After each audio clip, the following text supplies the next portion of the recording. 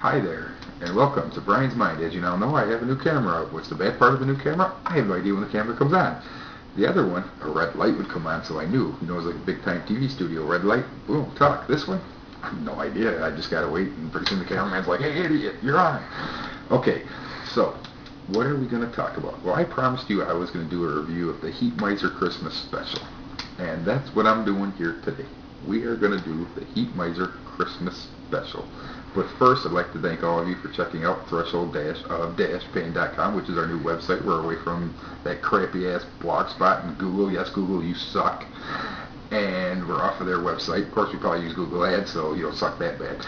Anyways, we made our move, and it'll be looking better after the webmaster comes back, and he's on vacation right now in some foreign country visiting his wife's relatives, mail order bride or something. I don't know the whole deal. Anyways, when he gets back in the country, he'll post, I think he'll finish transferring stuff over. So we're in a little bit of a move stage right now. But anyways, what I want to talk about, the Heat Miser Special. First of all, disappointing. Why? Because there was a role in there of the Heat Miser's brother that would have been aces if they had Kelsey Grammer play it. Instead, they had some other jabroni play it, and he screwed it up. Now, if you got a chance to watch it, you know what I'm talking about. Kelsey Grammer would have been a great whatever miser he was supposed to be. I think the wind miser or some damn thing that was trying to blow Santa Claus. And that brings me to another point. What was the hidden meaning behind this guy wanting to constantly blow Santa Claus? Now, for kids, I understand it went over their heads.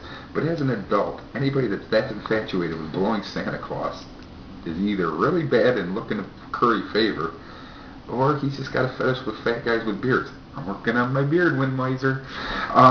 Anyways, the story was pretty much, pretty close to what you expect, except for some reason, Mother Nature in this one totally changed her appearance from the first one. Now that kind of bummed me out. The Heat Miser and the Snow Miser, identical to the first one, except this one here looked more like a really gay Dick Van Dyke, the Snow Miser, so that kind of bummed me out. But if you watch it, you know exactly what I'm talking about. If not, I can get you a copy. Just email me at happydude53406, and I'll be more than happy to either send you a link, or I can even put one up on the website and violate every copyright law there is until we get sued. Then they take it down.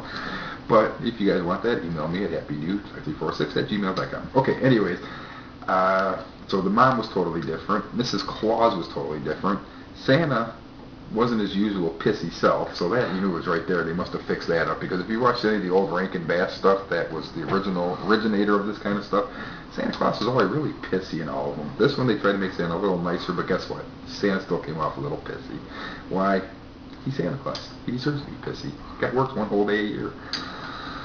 Anyhow, so there's a lot of little subtleties I noticed that they like to throw in, and all in all, I would say on a scale from 1 to 5, it'd definitely be a 2 to watch it again, because it sucked, unless they can somehow get Kelsey Grammer to voice dub Mr. Wind guy, whatever he was supposed to be, and I thought that one kind of sucked. Now, what else did I see since I last talked to you that I thought I would like to discuss about?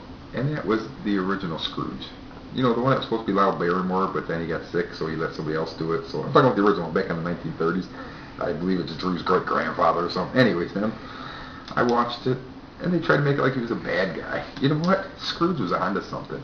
Piss on you, piss on your money. I earned my money. I don't care if I die alone. Guess what? Dying alone and rich is a hell of a lot better than dying with family and being poor. Why? Because you're dying either way. At least if you're rich, you get to enjoy it a little bit. Yeah, ask any poor people out there as they're dying, gee, would you rather be dying right now, rich or poor? Guarantee you they would say rich, because that means their life was pretty damn good up until the point they died. But no, 3 ghosts, Jacob Marley's ghost comes and says, ooh, change your life, Ebenezer, or these chains will be like mad. You know what? Tough shit, chain my ass up for eternity. Just make sure my life here is kick-ass.